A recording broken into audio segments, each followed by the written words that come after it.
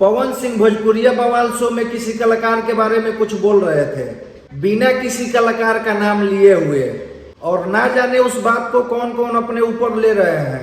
इसका मतलब यही है कि आप वैसे ही हैं जैसे पवन सिंह बोले हैं, इसको ही बोलते हैं उड़ता तीर अपना पिछवाड़ा में लेना।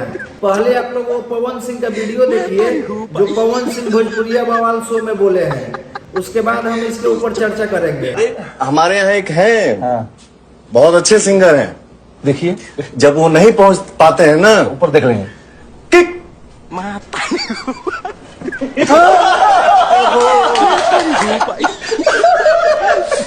पहुंचेंगे नहीं, पहुंचाइए ना।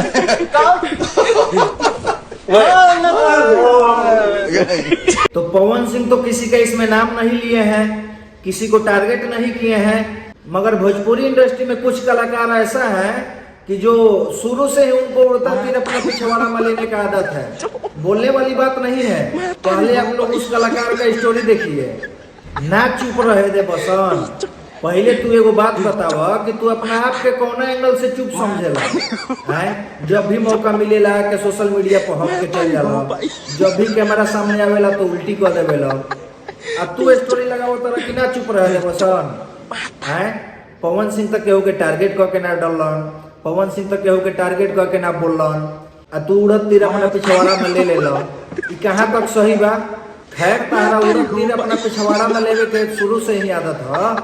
एमे आज नया छोड़े ले बड़ा ला एकदम ला, तब तक उड़त तीर अपना पिछवाड़ा में ला जब तक तारा पिछवाड़ा में कोनो भय अंदर ना हो जाए। ला एकदम आराम से ला।